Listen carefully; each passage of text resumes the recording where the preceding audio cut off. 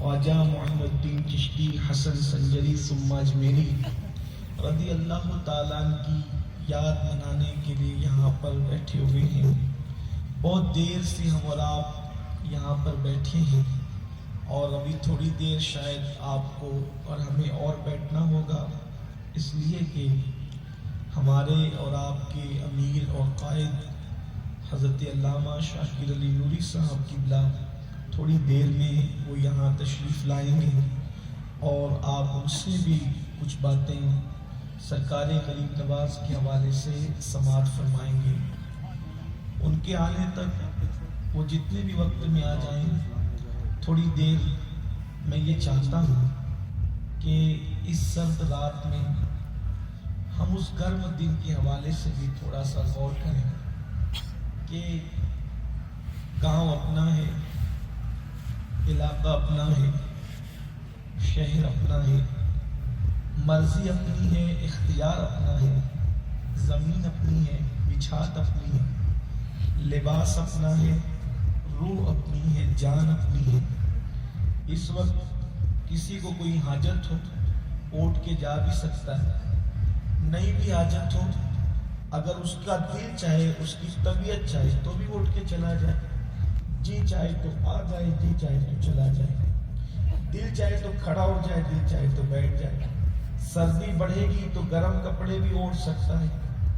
آپ غور کریں، رات ہے، ٹھنڈک ہے، اپنی طبیعت ہے، اپنی مرضی ہے، لیکن ایک دن ایسا بھی آنے والا ہے نہ وہاں رات ہے، نہ ٹھنڈک ہے، نہ سردی ہے، نہ اپنی مرضی ہے، اور اللہ کی عدالت ہے. اللہ کی عدالت ہے اور وہ ایک دن 50,000 سال کا دن ہے. وہ ایک دن 50,000 سال کا دن. اگر یہ بات کوئی اور کہہ دیتا تو لوگ مذاق اڑا کر اس کا انکار کر دیتے، 50,000 سال کا ایک دن کیسے ہو سکتا ہے.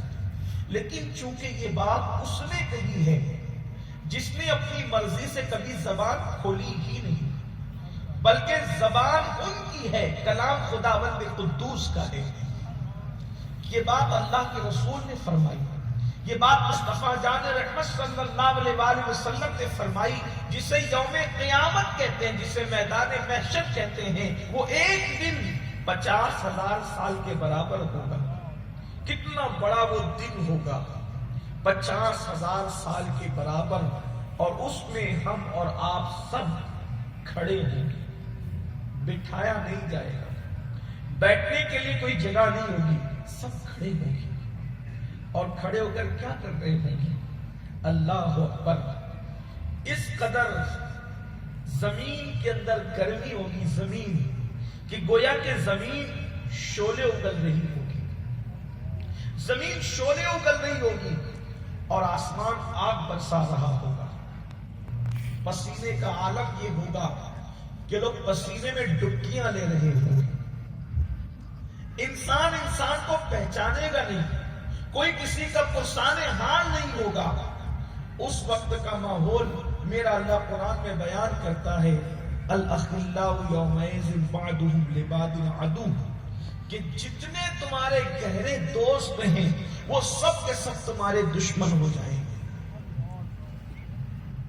میں اپنی گفتگو کو سرکار غریب نواز کی طرف لے جانے سے پہلے صرف آپ سے اور اپنے آپ سے بھی یہ پوچھنا چاہتا ہوں، جب ہمیں یقین ہے کہ وہ 50,000 سال کے برابر ایک دن آنے والا ہے، اللہ کی عدالت میں مجھے بھی اور آپ کو بھی کھڑے رہنا ہے، جواب بھی دینا ہے. اللہ ہم سے کیا کیا پوچھے گا؟ ایک دل میں خیال آتا ہے، دماغ میں خیال آتا ہے کہ اللہ ہم سے کیا کیا پوچھے گا، کیا کیا سوال فرمائے گا. اللہ ہم سے سوال کیا کیا فرمائے گا. یہی صحابہ نے بھی پوچھا تھا کہ یا رسول اللہ صلی اللہ علیہ وآلہ وسلم، اللہ ہم سے کیا کیا پوچھے گا، کیا کیا سوال فرمائے گا. تو میرے آقا صلی اللہ علیہ وآلہ وسلم نے فرمایا کہ سینگ والی بکری اگر بغیر سینگ والی بکری کو مارے گی تو اللہ اس سینگ والی بکری کو بھی سزا دے گا. اگر کسی پتھر نے کسی پتھر کو ٹکرا کر کے خراش لگائی ہوگی، چوٹ دی ہوگی، تو اللہ اس پتھر کو بھی سزا دے گا. حالانکہ پتھروں کے لیے میدان محشر نہیں ہے. ایک لکڑی نے دوسری لکڑی کو خراش کی ہوگی تو اللہ اس لکڑی کو بھی سزا دے گا. لکڑیوں کے لیے میدان محشر نہیں ہے. بکریوں کے لیے میدان محشر نہیں ہے. میدان محشر تو انسان کے لیے ہے. جن کے لیے محشر نہیں ہے ان کو بھی سزا ملے گی، اور جن کے لیے خاص محشر ہوگا ان کا انجام کیا ہوگا. اللہ تبارک و تعالی ہماری راتوں کے متعلق ہم سے پوچھے گا کہ ہم نے راتوں کو کیا کیا. ہمارے دن کے متعلق اللہ ہم سے پوچھے گا ہم نے دن میں کیا کیا. زندگی ضائع ہو رہی ہے. زندگی کے قیمتی لمحات گزر رہے ہیں. زندگی کا قیمتی سرمایہ گزر رہا ہے. ہم کبھی موبائل پر گیم کھیلتے ہوئے وقت گزار رہے ہیں. تھوڑا سا ذرا غور کرنا، موبائل پر گیم کھیلنے سے پہلے کہ 50,000 سال کا وہ دن کھڑے کھڑے گزارنا ہے، اللہ کی عدالت میں گزارنا ہے. نہ کوئی ماں پرسان حال، نہ کوئی باپ پرسان حال، نہ کوئی بھائی مددگار، نہ کوئی معاونت کرنے والا، کوئی کچھ نہیں. ذرا سوچو میرے عزیز بھائیوں اور میری بہنوں سے بھی پوچھنا چاہتا ہوں، کسی کا جو ہے وہ وقت، یہ دنیا کا وقت، قیمتی سرمایہ، یہ زندگی جو صرف عبادت کے لیے دی گئی، ہم کبھی گناہوں میں گزار رہے ہیں، کبھی برائیوں میں گزار رہے ہیں. سوچو تو صحیح، غور تو کرو، آخر وہ کون سا جرم ہے، وہ کون سا گناہ ہے جو ہم نہیں کر رہے ہیں. ہماری زندگیوں میں نماز کا ٹھکانہ نہیں. افضل العبادات جسے نماز کہتے ہیں، اس نماز سے ہم کوسوں دور ہیں. جھوٹ ہم بول رہے ہیں، دھوکہ ہم دے رہے ہیں، ظلم زیادتی ہم کر رہے ہیں، کسی کی زندگی سے کھلواڑ ہم کر رہے ہیں. ایک بات مجھے یاد آتی ہے، اللہ اکبر، اگر مسلمان اپنی بیوی پر ظلم کرنے کا حال یہ ہے کہ نمک اگر سالن میں زیادہ چلا جائے تو اس پر بیوی کو مارا جاتا ہے، پیٹا جاتا ہے، گالیاں دی جاتی ہے. ذرا غور تو کریں، یہ ہے مسلمان. اللہ اکبر، شراب مسلمان پی رہا ہے، جوا مسلمان کھیل رہا ہے، کسی کی زندگی سے کھلواڑ مسلمان کر رہا ہے. آپ غور کریں، ہم بھول گئے قیامت کے دن کو، ہم بھول گئے میدان محشر کو، ہم بھول گئے آخرت کو. جانتے ہیں آپ، اللہ اکبر، بیچ عمر میں آ کر نمک زیادہ ہونے پر سالن میں یا چھوٹی چھوٹی بات پر بیوی کو طلاق دے دیا جاتا ہے. آپ سے کہنا چاہتا ہوں، کسی کی زندگی سے کھلواڑ کر کے اس کو بیچ بھنور میں چھوڑ دینا، اس کی زندگی سے کھلواڑ کر دینا اور اس کو طلاق دے دینا، ذرا سوچو تو صحیح. حدیث پاک میں تو یہاں تک آیا ہے کہ اگر کسی نے کسی چڑیا کی زندگی سے کھلواڑ کیا ہوگا، کسی نے اگر کسی چڑیا کی زندگی سے کھلواڑ کیا ہوگا تو چڑیا کی زندگی سے کھیلنے پر بھی اس کا انجام کیا ہوگا. فقی ابو اللیث سمرقندی رحمت اللہ تعالی علیہ اپنی کتاب میں لکھتے ہیں، میں اپنے جوانوں سے کہتا ہوں، زندگی سے کھیلنے سے مراد میرے نزدیک دو چیزیں ہیں. ایک تو یہ کہ جس سے نکاح کیا اس کو بیچ بھنور میں طلاق دے دیا، اور ایک تو یہ کہ کچھ لڑکیوں سے محبت کے نام پر ناجائز تعلقات قائم کیے اور اس سے اپنی ہوس پوری کر کے پھر اس کو چھوڑ کر کسی اور سے نکاح کر لیا. اس کی تو زندگی تباہ ہو گئی، اس کی تو زندگی برباد ہو گئی. اس لیے کہ آج کے نوجوانوں کا، مردوں کا حال، کسی کی زندگی سے کھیل کر اس کو چھوڑ دینا کوئی گناہ ہی نہیں سمجھتے. صرف نماز چھوڑنا گناہ نہیں ہے، نماز چھوڑنے سے بڑا گناہ کسی کی زندگی سے کھلواڑ کرنا ہے. اس لیے کہ اگر تم نے نماز کو چھوڑا ہے تو اللہ اپنی مرضی سے معاف کر دے گا، لیکن اگر تم نے کسی کی زندگی سے کھلواڑ کیا ہے تو اللہ اپنی مرضی سے معاف نہیں کرے گا. اس وقت تک اللہ معاف نہیں کرے گا جب تک کہ وہ معاف نہ کرے جس کی زندگی سے تم نے کھلواڑ کیا ہے. فلم کے ہیرو کی زندگی کو ہم فلموں میں دیکھتے ہیں، وہ ناٹک کرتے ہیں، وہ کھیل کرتے ہیں. ہم کسی کی زندگی کے ساتھ شوٹنگ تھوڑی کر رہے ہیں. تو کسی بھی لڑکی کو ناجائز تعلقات کے نام پہ پھنسا کر کے اس کے ساتھ آپ نے کھلواڑ کر دیا، اس کی زندگی تو تباہ ہو گئی. کسی کو مار ڈالنا اتنا نقصان دہ نہیں ہوتا جتنا کسی کو استعمال کر کے پھینک دینے سے نقصان ہوتا ہے. وہ لڑکی تو نہ جینے کے قابل ہے نہ مرنے کے قابل ہے، اس کی تو زندگی تباہ ہو گئی، اس کی تو زندگی برباد ہو گئی. وہ میری قوم کے جوان اس حدیث کو دل کے کانوں سے سنیں۔ اللہ کے رسول صلی اللہ علیہ وآلہ وسلم فرماتے ہیں اگر کسی نے کسی چڑیا سے کھیلا، چڑیا سے کسی نے کھیلا، کھیل رہا تھا چڑیا سے، کھیلتے کھیلتے چڑیا مر گئی، کسی نے کسی چڑیا سے کھیلا، کھیلتے کھیلتے چڑیا مر گئی، قیامت کے دن وہ چڑیا اللہ کی بارگاہ میں فریاد کرے گی۔ چڑیا کس کو کہتے ہیں؟ چڑیا چھٹاک پر سے زیادہ اس کا وزن نہیں ہوتا، اتنا معمولی سے اس کا وزن ہوتا ہے۔ یہی اسلام اور دوسرے مذاہب میں فرق ہے۔ اسلام اور دوسرے مذاہب میں فرق یہی ہے کہ ہمارے یہاں اپنے سارے اعمال کا کیے کا ایک دن ہے جہاں اللہ کی بارگاہ میں جواب دینا ہے۔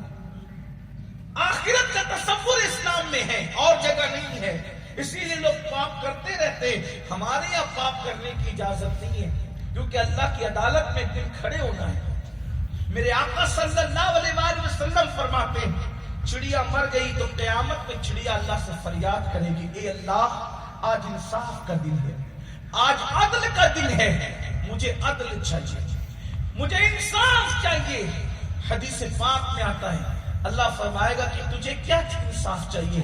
وہ چڑیا فریاد کرے گی میرے اللہ یہ جو فلاں فلاں انسان ہے اس کا نام لے گی، اس کے باپ کا نام لے گی، اللہ اکبر، مفہوم حدیث ہے، اس کا اور اس کے باپ کے نام کے ساتھ کہے گی کہ یہ مجھ سے کھیل رہا تھا اور کھیلتے کھیلتے اس نے میری زندگی کو ختم کر دیا، یعنی کہ میں مر گئی، چڑیا مر گئی کھیلتے کھیلتے، اللہ اس نے میری زندگی سے کھیلا اور مجھے موت کے گھاٹ اتار دیا۔ اللہ تبارک و تعالیٰ کے حبیب مصطفیٰ جان رحمت صلی اللہ علیہ وآلہ وسلم ارشاد فرماتے ہیں کہ چڑیا کی وہ ننھی سی فریاد ایسی آواز اختیار کر جائے گی جیسے بجلی میں کڑک پیدا ہوتی ہے، جیسے بجلی میں کڑک ہوتی ہے، ایسے اس چڑیا کی آواز میں کڑک ہوگی کہ اس سے لوگوں کے کان پھٹ جائیں۔ ایسی کڑکدار اور گرجدار آواز اللہ تعالیٰ اس چڑیا کی زبان سے پیدا کرے گا کہ جس کے خلاف وہ فریاد کر رہی ہوگی اس کے کان پھٹ جائیں گے، اس کا کلیجہ منہ کو آئے گا، اور اللہ تعالیٰ چڑیا کی فریاد کو سن کر کے اس کو جواب عنایت فرمائے گا۔ آج انصاف کا دن ہے، آج عدل کا دن ہے، آج کسی پہ ظلم نہیں ہوگا، ہر ظالم کو اس کے ظلم کا مزہ چکھایا جائے گا، ہر مظلوم کو اس کا حق دیا جائے گا۔ کسی بھی ظالم نے کسی پر بھی ظلم کیا ہوگا اس مظلوم کو حق دلایا جائے گا۔ آج میں حق دلاؤں گا اس بکری سے، اس بکری کو جس بکری نے سینگ والی ہونے کے بعد بغیر سینگ والی بکری کو سینگ ماری، تو بغیر سینگ والی بکری کو سینگ والی بکری سے حق دلایا جائے گا۔ آج میں حق دلاؤں گا، میرا اللہ فرماتا ہے جس لکڑی نے دوسری لکڑی کو خراش دیا ہوگا، خراش دینے والی لکڑی سے خراش پانے والی لکڑی کو حق دلایا جائے گا۔ وہ پتھر جس نے پتھر سے پتھر کو ٹکرا کر کے چوٹ دی ہوگی، چوٹ دینے والے پتھر سے چوٹ کھانے والے پتھر کو جو ہے وہ حق دلایا جائے گا۔ اور پھر اللہ تبارک و تعالیٰ فرمائے گا یہ بندہ جس نے چڑیا کی زندگی سے کھلواڑ کیا، اگر یہ پہاڑوں جیسی نیکیاں بھی لایا ہے، پہاڑوں کے برابر نیکیاں بھی لایا ہے، اس کی ساری نیکیوں کو ضائع کر دیا جائے اور اس کو منہ کے بل گھسیٹتے ہوئے جہنم میں لے جایا جائے۔ لوگ اس وقت دیکھیں گے ایک چڑیا کی زندگی سے کھلواڑ کرنے والا انسان پہاڑوں جیسی نیکیاں لے کر آئے گا، اس کی زندگی میں سالانہ رمضان المبارک کے عمرے بھی ہو سکتے ہیں، ہر سال کا حج بھی ہو سکتا ہے، صدقات اور زکات بھی ہو سکتے ہیں، ساری نیکیاں ہو سکتی ہے، تہجد اور نمازیں بھی ہو سکتی ہے، عبادات اور ریاضات بھی ہو سکتی ہے، صرف ایک چڑیا کی زندگی سے کھلواڑ کرنے کے عوض میں منہ کے بل اس کو گھسیٹتے ہوئے جہنم میں لے جایا جائے گا۔ اور لوگ اس وقت دیکھیں گے کہ چڑیا کی زندگی سے کھیلنے کا انجام کیا تھا۔ میں آپ سے پوچھنا چاہتا ہوں جب چڑیا کی زندگی سے کھلواڑ کرنے کا انجام یہ ہے تو کسی عورت کی زندگی سے کھلواڑ کرنے کا انجام کیا ہے؟ کسی انسان کی زندگی سے کھلواڑ کرنے کا انجام کیا ہوگا؟ کسی کے دل سے کھلواڑ کرنے کا یہ تو ایک گناہ ہے، اس کے بعد ایک گناہ اور بھی سن لیں۔ قیامت کے دن ان کے ہاتھ سور کے خون سے رنگے ہوں گے جنہوں نے دنیا میں جوا کھیلا ہوگا۔ کوڑیاں لے کر لوگ بیٹھ جاتے ہیں، کیرم لے کر لوگ بیٹھ جاتے ہیں، تاش کے پتے لوگ لے کر بیٹھ جاتے ہیں، اب تو موبائل کے اندر بھی جوا کھیلا جاتا ہے، ان لوگوں کے لیے فرمایا گیا کہ ان کے ہاتھ سور کے خون میں رنگے ہوئے ہوں گے۔ ایک اور گناہ سن لیں کہ اس کا وبال کیا ہوگا۔ حدیث پاک میں آتا ہے کہ ایک بندہ ہوگا جس کی نیکیاں میزان میں تولی جائے گی اور اس کے نیکیوں سے میزان بھر جائے گا، اس کا نیکیوں کا پڑھنا بھاری ہوگا۔ وہ غور کرے گا، سوچے گا کہ ان قریب مجھے جنت کا پروانہ ملے گا۔ ایسے میں ایک چھوٹا سا کاغذ کا ٹکڑا اس کے گناہ کے پلڑے میں گرے گا اور اس کے گناہ کا پلڑا بھاری ہو جائے گا۔ اللہ فرمائے گا اس کو منہ کے بل گھسیٹتے ہوئے جہنم میں لے جاؤ، اور اس کو منہ کے بل گھسیٹتے ہوئے جہنم میں لے جایا جائے گا۔ لیکن اس سے پہلے وہ پوچھے گا، مولا میں جہنم میں تو جاتا ہوں کیونکہ میری نیکیوں کا پلڑا ہلکا ہو گیا، لیکن مجھے بتایا جائے اس چھوٹے سے کاغذ کے ٹکڑے پر لکھا کیا تھا جس نے میری پوری زندگی کی نیکی کو ہلکا کر دیا؟ تو جواب آئے گا، تو نے صرف ایک مرتبہ اپنی ماں سے یا اپنے باپ سے چلا کر کے بات کی تھی جس نے تیری پوری زندگی کی نیکی کو ہلکا کر دیا۔ یہ قیامت کا دن ہے۔ اب اس دن کے بارے میں اللہ فرماتا ہے کہ کوئی کام نہیں آئے گا، تمہارے سارے دوست بھی تمہارے دشمن بن جائیں گے، لیکن وہاں کام کون آئے گا؟ تو قرآن کہتا ہے الا المتقین، سبحان اللہ، وہاں بھی کچھ لوگ کام آئیں گے۔ ایسا نہیں کہ کوئی کام نہیں آئے گا، ماں کام نہیں آ رہی، باپ کام نہیں آ رہے، بھائی کام نہیں آ رہا ہے، چچا تو بھتیجا کام نہیں آ رہا ہے، دادا کام نہیں آ رہا ہے، پر کوئی کام نہیں آ رہا ہے۔ قرآن کہتا ہے الا المتقین، لیکن متقی لوگ کام آئیں گے۔ کون کام آئیں گے وہاں؟ متقی لوگ، اللہ کے عذاب سے بچائیں گے متقی لوگ، جہنم سے بچائیں گے متقی لوگ، شفاعت کریں گے متقی لوگ، ہاتھ پکڑ کے جنت میں لے جائیں گے متقی لوگ۔ اب اللہ سے پوچھو اللہ یہ متقی لوگ کون ہیں؟ ذرا اور واضح کیا جائے متقی لوگ کون ہیں، تو قرآن کہتا ہے ان اولیاءہ الا المتقون۔ بتا کرنا چاہتے ہو کہ متقی کون ہے؟ یہ میرے ولی لوگ ہی تو ہیں جو متقی ہیں۔ تو قیامت کے دن ولی کام آئیں گے، جہاں ماں باپ کام نہیں آئیں گے وہاں ولی۔ آپ بتاؤ جب عام ولی کام آئیں گے جن کے مزارات ہماری گلی کوچوں میں ہیں، جب عام ولی کام آئیں گے تو جو ہندل ولی سارے ولیوں کا ولی ہے، ان کی مدد کا عالم کیا ہوگا، ان کی امداد کا عالم کیا ہوگا۔ لوگ کہتے ہیں ارے یہ ولیوں کے عرس مناتے ہو، ولیوں سے محبت کرتے ہو، ولیوں سے پیار کرتے ہو، یہ ولی لوگ قیامت میں کام آئیں گے؟ ہم کہتے ہیں ملا جی اللہ کہہ رہا ہے کہ ولی قیامت میں کام آئیں گے۔ یہ قرآن کی آیت پاک ہے کہ اللہ فرما رہا ہے، اور حدیث پاک ہے، قرآن سنا حدیث ہے۔ اللہ تعالیٰ قیامت میں اپنے ولیوں سے فرمائے گا جاؤ تم نے راتوں کو عبادت کی، تم نے تقوی اختیار کیا، تم نے پرہیزگاری اختیار کی، تم نے ہماری نافرمانی نہیں کی، جاؤ تم جنت میں چلے جاؤ۔ لیکن وہ ولی لوگ نہیں جائیں گے، بلکہ وہ رک جائیں گے اور وہ اللہ سے کہیں گے اللہ ہم تو جنت میں جاتے ہیں، تیرا حکم ہے، لیکن ہم سے محبت کرنے والے، ہم سے پیار کرنے والے، یہ حدیث ہے، ہم سے محبت کرنے والے کہاں؟ اگر میں اس کو اپنے الفاظ میں بیان کروں تو یوں کہہ سکتا ہوں، حدیث کے الفاظ پہ کہ ہم سے محبت کرنے والے کہاں، لیکن اس کی تشریح اگر کرتے ہوئے کہوں تو غوث پاک کہیں گے یا غوث المدد کرنے والے کہاں، غریب نواز کہیں گے قائد میں ٹھنڈی میں بیٹھ کے میرا ذکر سننے والے کہاں، ہمارے نام پہ لنگر لٹانے والے کہاں، ہمارے عرس میں پیسہ خرچ کر کے آنے والے کہاں، اپنی اولاد سے اپنے ماں باپ سے زیادہ ہم سے محبت کرنے والے کہاں؟ ماں کی قبر پر، باپ کی قبر پر کبھی گیا کبھی نہیں گیا، لیکن ہمارے مزارات پر تو چکر لگاتے رہے، وہ کہاں؟ تو اس وقت فرمایا جائے گا کیا چاہتے ہو؟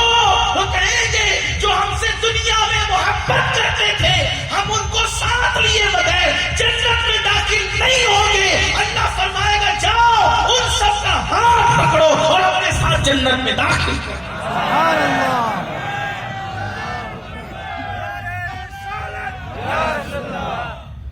اسی لیے حضرت اجمل سلطان پوری کا یہ شعر مجھے بہت اچھا لگتا ہے، وہ کہتے ہیں جب سے ملا ہے دامن آل رسول کا، جب سے ملا ہے دامن آل رسول کا، بے فکر ہو گیا ہوں شفاعت کی فکر سے۔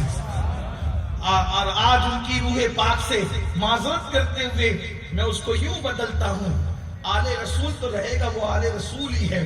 جب سے ملا ہے دامن عطائے رسول کا، جب سے ملا ہے دامن عطائے رسول کا، بے فکر ہو گیا ہوں شفاعت کی فکر سے۔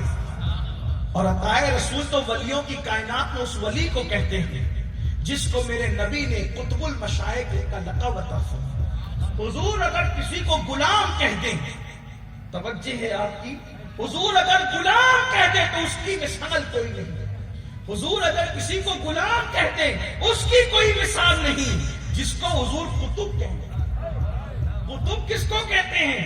اللہ اکبر، سب سے بڑے زمانے کے ولی کو قطب کہتے ہیں، سب سے بڑے ولی کو قطب کہتے ہیں۔ اللہ اکبر، کسی کو قطب ولیوں نے کہا، کسی کو قطب اللہ اکبر مومنوں نے کہا، کسی کو قطب کسی نے کہا، کسی کو قطب کسی نے کہا۔ ہمارے غریب نواز وہ ہے جس کو قطب المشائخ امام الانبیاء نے فرمایا۔ سرکار غریب نواز خود فرماتے ہیں، سنیوں اور ہندوستان میں رہنے والے ہندی مسلمانوں، راجستان میں رہنے والے مسلمانوں اور بالخصوص اجمیر مقدس میں رہنے والے مسلمانوں، کتنے خوش نصیب ہو۔ غریب نواز خود فرماتے ہیں کہ میں اپنے پیر و مرشد خواجہ عثمان ہارونی کے ساتھ اپنے نانا جان کے در اقدس پر پہنچا، مدینہ منورہ پہنچا تو میرے مرشد نے کہا، معین الدین اپنے نانا کو سلام کرو، اپنے جد کریم کو سلام کرو۔ اللہ اکبر، پیر بھی بے مثال، مرید بھی بے مثال۔ حضرت خواجہ عثمان ہارونی مولائے کائنات کی 14ویں پشت میں ہے، حسینی سید خواجہ عثمان ہارونی، اور سرکار غریب نواز 13 واسطوں سے امام حسین رضی اللہ تعالیٰ کی اولاد میں سے، وہ بھی حسینی سید ہے۔ جب خواجہ عثمان ہارونی کا سلام کرو اپنے نانا کو تو غریب نواز کہتے ہیں بابا قطب سے کہ بابا قطب، میں نے کہا السلام علیکہ یا جدی، اے میرے نانا آپ پر سلام ہو۔ جواب آیا وعلیکم السلام یا قطب المشائخ بحر و بر۔ جواب تھا، کیا جواب تھا؟ پہلے تو قطب، پھر صرف قطب نہیں، قطب المشائخ۔ مشائخ کس کو کہتے ہیں؟ یہ شیخ کی جمع ہے مشائخ۔ شیخ کسے کہتے ہیں؟ بزرگ، بزرگوں کا قطب، یعنی ولیوں کا ولی، ولیوں کا قطب۔ اور پھر وہ کون سے ولی؟ بحر و بر۔ بر کہتے ہیں خشکی میں، زمین میں، اور بحر کہتے ہیں دریاؤں میں، سمندروں میں۔ یعنی رسول اللہ بتا رہے ہیں میرا معین جو زمین پہ رہنے والے ولی ہیں ان کا بھی قطب ہے، اور جو سمندر میں رہنے والے ولی ہیں ان کا بھی قطب ہے۔ یہ غریب نواز کی شان ہے، سرکار سلطان الہند کا مقام یہ ہے۔ لیکن ایک بات آپ سے عرض کروں کہ آج کل ہم لوگ غریب نواز کے آستانے پہ چوکھٹ پہ جاتے ہیں، اور چوکھٹ پہ جانے کے بعد لوگوں کو دیکھ کر ہم بھی ویسے کرتے ہیں۔ آپ میں کہ بہت سارے لوگ بھی ادھر ادھر سے آئے ہوں گے، پتا چلا ہوگا کہ یہاں جلسہ ہے تو آپ حاضری کے لیے آئے تو آ گئے۔ لوگ غریب نواز کی چوکھٹ پہ آ کر بھی فلم دیکھتے ہیں۔ اب تو سینما میں جانے کی ضرورت نہیں ہے، لوگوں کو نہیں جاتے ہیں، لیکن موبائل کے اندر وہ دیکھتے، کمرے میں دیکھتے رہتے ہیں۔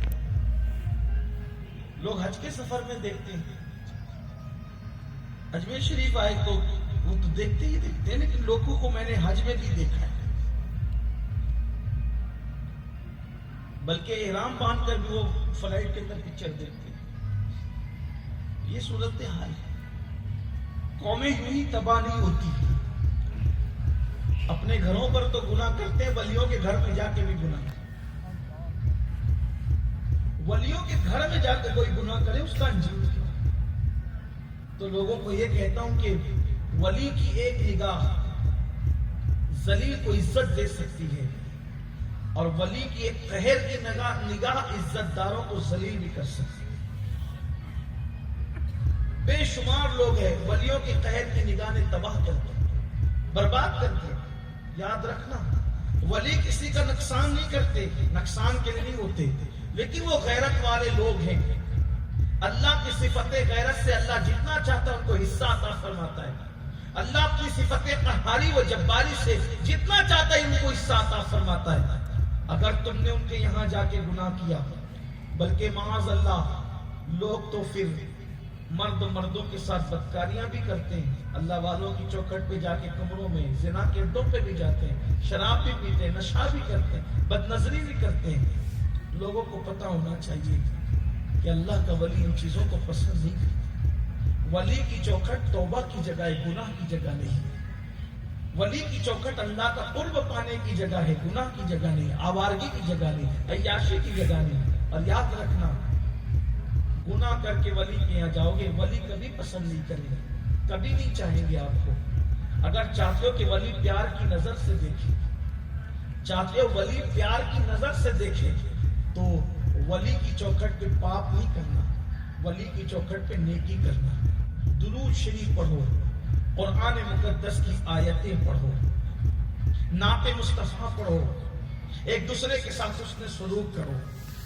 اور غریب نواز تو ایسے ولی کا نام ہے، جب تک زمین پر حیات تھے تب بھی لوگوں کو نوازتے تھے، اب زمین کے اندر ہے تو بھی نوازتے ہیں۔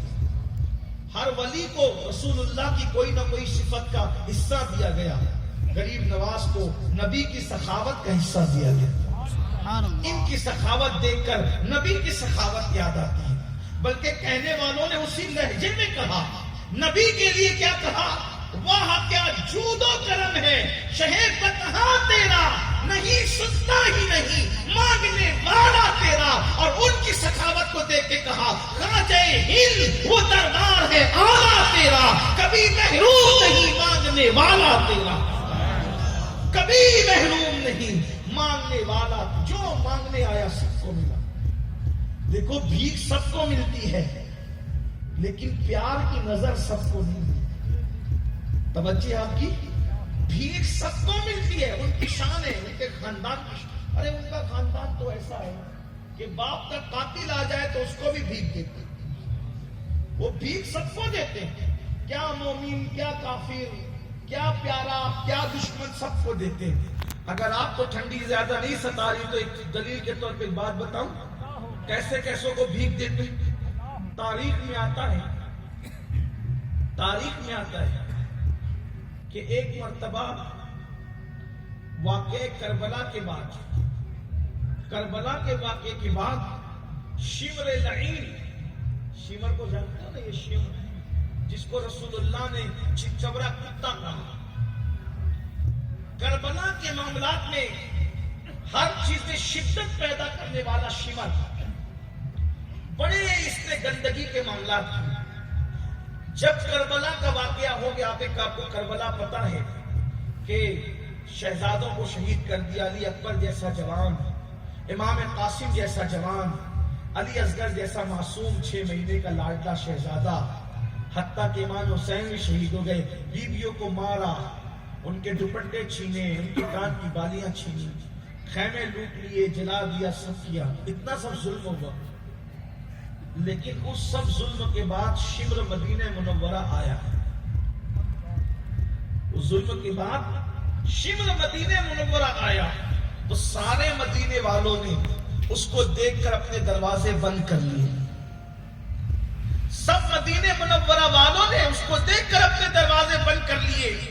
امام زین العابدین کا دروازہ ہر وقت بند رہتا تھا۔ آپ کربلا کے بعد کسی سے ملتے جلتے نہیں تھے، کسی سے جلدی سے بات چیت نہیں کرتے تھے، کیونکہ آپ روتے ہی رہتے تھے، آپ کو بڑا دکھ تھا، ہمیشہ غم کا ایک ماحول تھا، اور لوگ کہتے تھے کہ آپ اتنا روتے کیوں ہیں؟ آپ کے صاحبزادے امام محمد باقر نے کہا تھا، بابا آپ اتنا روتے کیوں ہیں؟ فرمایا بیٹے، جو کربلا میں نے دیکھا ہے، اگر تو دیکھ لیتا تو تیرا بھی وہی حال ہوتا جو میرا حال ہے۔ بلکہ امام زین العابدین کہتے تھے، یعقوب علیہ السلام تو 50 سال تک روتے رہے، آنکھیں سفید ہو گئی کیونکہ یعقوب نے ایک یوسف کھویا تھا. یعقوب ایک یوسف کھوئے تو پوری زندگی روتے رہے. میں نے ایک یوسف نہیں، میں نے تو پورا خاندان کھویا. اپنی نگاہوں کے سامنے میں نے خاندان کے خاندان کٹتے دیکھا ہے. امام باقر سے امام زین العابدین نے کہا بیٹا میں نے اپنے باپ کی لاشوں پہ گھوڑے دوڑتے دیکھے، اپنے بھائیوں کے لاشوں پہ گھوڑے دوڑتے دیکھے، اپنے گھر کی خواتین کے خیمے جلتے دیکھے، ان کے دوپٹے چھینے ہوئے دیکھے، میرے گلے میں توق ڈالا گیا. اس طریقے سے وہ داستان بیان کرتے جاتے اور روتے جاتے. امام زین العابدین جلدی کسی سے ملتے نہیں تھے، ہر وقت دروازہ بند رہتا تھا. اللہ اکبر. مدینے والوں نے شمر کو دیکھ کر اپنا دروازہ بند کر لیا کہ قاتل حسین آیا ہے، قاتل شہزادگان رسول آیا ہے، اس کو دیکھ کے دروازے بند کر لیے جائیں. امام زین العابدین کو اطلاع ہوئی تو آپ نے اپنا دروازہ کھول دیا اور دروازہ کھول کر کے اس کو کھانا بھی کھلایا، اس کو پانی بھی پلایا. تو وہ چتکبرے کتے شمر نے کہا زین العابدین لوگوں نے مجھے پہچانا، آپ نے نہیں پہچانا میں کون ہوں. امام زین العابدین نے فرمایا پہچانا اسی لیے تو کھلایا بھی اور پلایا بھی. کہا کہ لوگوں نے پہچانا تو دروازے بند کر لیے، آپ نے پہچان کے کھلایا پلایا بھی. فرمایا میں تجھے اچھی طرح جانتا ہوں، تو شمر ہے نا، شمر وہی ہے نا. تیری لگائی بجائی سے پانی بند کیا گیا تھا، دوپٹے چھینے گئے تھے، شہداء کی لاشوں کی بے حرمتی کی گئی تھی. مگر سن یہ ہمارے خاندان کی ریت ہے کہ بڑے سے بڑا دشمن بھی اگر چوکھٹ پہ آ جاتا ہے تو ہم دشمنی نہیں دیکھتے، خاندان کی روایت کی وجہ سے اس کو پھیکا نہ کر دیا. جو تم نے کیا وہ تمہارا کام تھا، جو ہم نے کیا یہ ہمارے خاندان کی روایت. تو خاندان تو ایسا سخی ہے کہ باپ کا قاتل بھی آ جائے تو بھی عطا کرتا. اگر بھیک مل جائے تو اچھلا مت کرو، بھیک مل جائے تو اچھلا مت. غریب نواز نے نواز دیا نا، نوازتے تو وہ سب ہیں. اصل چیز نوازنے کی نہیں ہے، اصل چیز تو ان کے پیار کی نگاہ کی. بات سمجھ میں آ رہی ہے؟ اصل چیز ان کے پیار کی نگاہ کی ہے. ان کے نوازنے کا کوئی معاملہ ہی نہیں، وہ تو ہے ہی نوازنے کے لیے. کافروں کو بھی نوازنا، نوازنا تو نوازنا ہے. اصل چیز ہے پیار کی نظر. اور پیار کی نظر کس پر ہوتی ہے؟ اپنی گفتگو سمیٹنے لگا ہوں. پیار کی نظر کس پر ہوتی ہے؟ اس واقعے سے اندازہ لگانا اور پھر سوچنا کہ ہم پر پیار کی نظر ہے کہ نہیں ہے. ہم کرتے کیا ہے؟ ایک دن کا واقعہ ہے، ایک شخص غریب نواز کے یہاں اپنی مراد لے کر آئے. غریب نواز کیا ہے تو سمجھنا مراد تو پوری ہونی جلدی یا دیر سے مگر ہوگی. اصل چیز ہے نگاہ پیار سے، ان کی شفقت کی نظر سے. ہاں ایک شخص آئے اور آنے کے بعد مراد لے کر، لیکن مراد مانگنے کا طریقہ ان کا یہ تھا کہ وہ غریب نواز کی چوکھٹ پہ بیٹھ کے قرآن پڑھتے تھے، تلاوت کرتے تھے. ایک دن، دو دن، کئی دن گزر گئے لیکن مراد پوری نہیں ہوتی. اور ہم لوگ تو ایسے بے صبرے ہیں، بلکہ میں خود بھی ادھر منہ سے نکلا ادھر فوراً پورا ہونا چاہیے. میں سوچتا ہوں نبی کی مراد پوری ہونے میں کبھی کبھی 50 سال گزر گئے. نبی کی مراد پوری ہونے میں 50 سال گزر گئے. بچپنے میں خواب دیکھا تھا یوسف علیہ السلام نے کہ مجھے 11 ستارے، چاند اور سورج سجدہ کرتے ہیں. جب خواب دیکھا تھا تو کیا عمر تھی؟ 10-11 سال کی عمر تھی، بچے تھے آپ. اور وہ خواب جب پورا ہوا مصر میں تو آپ بچوں کے باپ نہیں بلکہ بچوں کے دادا بن گئے. جب کبھی کبھی نبی کی مراد پوری ہونے میں 50 سال کا عرصہ جاتا ہے تو اپنی مراد پوری ہونے میں بھی وقت تو لگ سکتا ہے. لوگ کہتے ہیں میری مراد پوری نہیں ہوئی. ارے مراد پوری ہو گئی، اب اس کا ظاہر ہونے میں وقت لگا. اور ایک بات یاد رکھنا، مسلمان جو دعا کرے اللہ اس کی ہر دعا قبول کرتا ہے. دعا آپ کی کبھی رد نہیں ہوتی، البتہ اس کی 3 شکلیں ہوتی ہیں. دعا کی پہلی شکل یہ ہے کہ فوراً اس کا اثر ظاہر ہو گیا تو آپ اس کو کہتے ہیں قبول ہو گئی، فوراً اثر ظاہر ہوتا ہے۔ دوسری یہ کہ ہم دعا کرتے ہیں اور ہم پر کوئی مصیبت آنے والی ہوتی ہے تو یہ دعا جا کر اس سے جنگ کرتی ہے اور وہ دعا مصیبت کو ٹال دیتی ہے، یہ اس کی دوسری شکل ہے۔ اور تیسری شکل یہ ہے کہ اللہ تعالیٰ فرماتا ہے اس دعا کو اٹھا کر آخرت کے خزانے میں جمع کر دو۔ اب جب قیامت کے دن وہ دعا نکالی جائے گی جو آخرت کے خزانے میں جمع کی گئی ہے تو لوگ ہاتھ مسلتے ہوئے کہیں گے کاش کسی دعا کا اثر دنیا میں ظاہر نہ ہوا ہوتا اور ساری دعا خزانے میں جمع ہوتی تو آج اس کی برکتیں ہمیں مل جاتی۔ تو آپ تو یہاں بھی سب چاہتے ہیں وہاں بھی سب چاہتے ہیں، لیکن یہ کہ دعا کرتے رہو۔ اور ایک بات آپ سے کہتا ہوں، دعا زیادہ کیا کرو، کیونکہ دعا کیا ہے؟ ایک بات کہتا ہوں یار، قبول ہو نہ ہو اس کو ایک طرف رکھیے، کیا یہ کم ہے کہ اللہ نے ہمیں دعا کرنے کی توفیق دی؟ کیونکہ یہ دعا کیا ہے؟ دعا اللہ سے ہم کلامی کرنا ہے، دعا اللہ سے مناجات کرنا ہے۔ اللہ فرماتا ہے جب تک میرا بندہ دعا کرتا رہتا ہے میں اس کے ساتھ رہتا ہوں، جب تک میرا بندہ دعا کرتا ہے میں اس کے ساتھ رہتا ہوں۔ میں کہتا ہوں بندے تو روزی مانگ رہا ہے، رزاق میرے ساتھ ہو گیا، اس سے بڑی سعادت کیا ہے؟ مانگ کیا رہا تھا مل کیا گیا؟ کیا یہ کم ہے؟ واللہ اگر دعا معاذ اللہ قبول نہ بھی ہو، حالانکہ مومن کی دعا کبھی رد نہیں، اس کے 3 درجے میں نے بتائے، تو اللہ ہمارے ساتھ ہو جائے تو بتاؤ جتنی دیر تک کہ خاص معیت اللہ کی نصیب ہوتی ہے، کب؟ جتنی دیر تک ہم دعا کرتے ہیں۔ اس نے دعا کرتے رہا کر تو بہرحال عرض کر رہا تھا کہ وہ مانگتا رہا، تلاوت کرتا رہا، لیکن اس کی فریاد پوری نہیں، اس کی مراد پوری نہیں ہوئی۔ تھوڑی ایسے ایام گزرے تو اس نے دیکھا کہ ایک تھوڑا سا چھوٹا سا واقعہ بھی ہوا۔ چھوٹا سا واقعہ یہ تھا کہ ایک نچنیا آئی اور اس نچنیا نے کہا خواجہ یہ دے، خواجہ مجھے یہ دے۔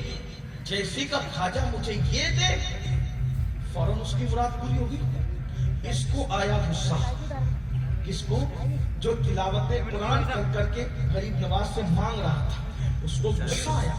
اس نے قرآن شریف اٹھایا، تاک میں رکھا اور اپنے دونوں ہاتھ غریب نواز کی چوکھٹ پہ مارے، اپنے دونوں ہاتھ غریب نواز کی چوکھٹ پہ مارا اور چوکھٹ پہ ہاتھ مار کے کیا کہتا ہے؟ خواجہ تیرے یہاں انصاف نہیں۔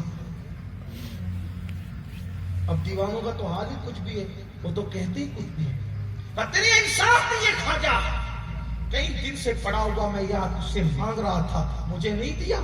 اور وہ نچنیا جو ناچتی ہے، گانے گاتی ہے، اس نے کہا خواجہ دے، اور دے دیا اس کو۔ یہ کہہ کر کے چلا، جیسے ہی جا رہا تھا غریب نواز کا احاطہ چھوڑ کر، سیرت نگاروں نے لکھا ہے کہ سامنے سے ایک نورانی چہرے والے بزرگ بڑے وجیح اور حسین و جمیل سامنے سے آتے ہوئے نظر آئے۔ انہوں نے خود سے سلام کیا اور فرمایا بیٹے کہاں جا رہے ہیں؟ ان کو بھی اس نے وہی کہا یہاں انصاف نہیں ہے۔ معاذ اللہ، اس نے کہا یہاں انصاف نہیں ہے۔ کیا ہوا؟ اتنے دن سے پڑا پڑا بھیک مانگ رہا تھا، کچھ نہیں دیا۔ ایک نچنی آئی کا خواجہ دے دے، اس کو دے دیا۔ انصاف نہیں، میں جا رہا ہوں۔ اس آنے والے بزرگ نے، جن کا چہرہ بڑا نورانی تھا، من موہنی صورت تھی، دل ربا صورت تھی، انہوں نے کہا بیٹے جا، تیری مراد بھی پوری ہوگی۔ جو مراد لے کے آیا تھا جب تجھے بھی دے دیا گیا۔ جب کہا کہ جب تیری مراد پوری ہوگی، کہا آپ کون ہیں اتنی بڑی بات کہنے والے کہ تیری مراد بھی پوری ہو گئی، مجھے پتا تو چلے کہ آپ کون ہیں۔ تو مسکرا کے فرمایا جس کی چوکھٹ پہ آیا تھا معین الدین، وہی معین الدین میں ہوں، وہی میں ہوں۔ جب تیری مراد بھی پوری ہو گئی، قدم پکڑ دی، سرکار معاف کرنا، لیکن یہ بتائیں کہ اس کو اتنی جلدی دیا اور مجھے اتنی دیر لگائی؟ تو جواب دیا بیٹے دراصل وہ جو نچنیاں آئی تھی نا، گانے ناچنے والی، میں اس کو پسند نہیں کرتا تھا، نہ اس کی آواز کو پسند کرتا تھا، نہ اس کو پسند کرتا تھا۔ اس نے ایک آواز لگائی خواجہ دے دے، میں نے دے دیا تاکہ وہ جلدی سے چلی جائے۔ وہ میری چوکھٹ پہ نہ رکے، میری چوکھٹ پہ نہ بیٹھے، جلدی سے چلی جائے، میں نے دے دیا، چلی گئی وہ۔ لیکن چونکہ تو تلاوت کرتا تھا اور تیری آواز بہت خوبصورت ہے اور تیری تلاوت مجھے بہت پسند ہے، اس لیے میں دینے میں دیر کر رہا تھا کہ جتنا دینے میں دیر کروں گا اتنا تو بیٹھ کر کے تلاوت کرے گا، تو تلاوت کرتا رہے گا، میرا دل بہلتا رہے گا۔ میں تجھے روکے رکھا تھا تاکہ جلدی نہیں دوں گا تو تو رکا رہے گا، تو یہاں پر موجود رہے گا، کیونکہ مجھے تو پسند بہت ہے، تیری تلاوت پسند بہت ہے۔ اور کہا سن، اب اگر تو جا رہا ہے، اب توجہ کرنا، غریب نواز کی چوکھٹ پر بے ادبی سے گھسنے والوں، غریب نواز کے باب و در کو ہاتھ پیر مارنے والوں، اب ذرا دھیان سے سننا۔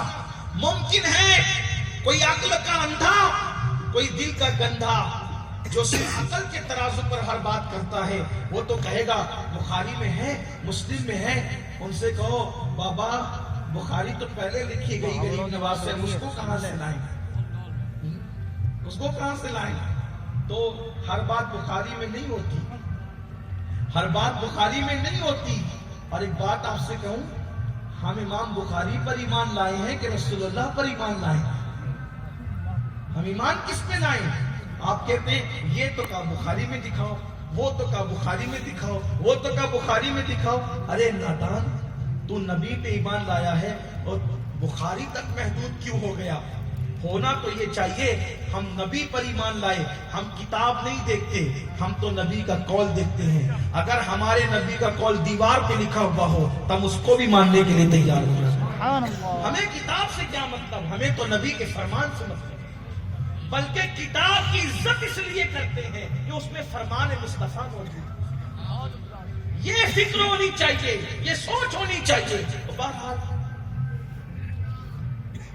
سرکار غریب نواز نے فرمایا بھائی تیری مراد تو پوری ہو گئی، اس کو جلدی دیا وجہ یہ تھی، تجھے دیر سے دیا وجہ یہ تھی کہ تیرے تلاوت مجھے پسند تھی، لیکن جاتے جاتے ایک چیز دیکھتا جا، اپنا کرتا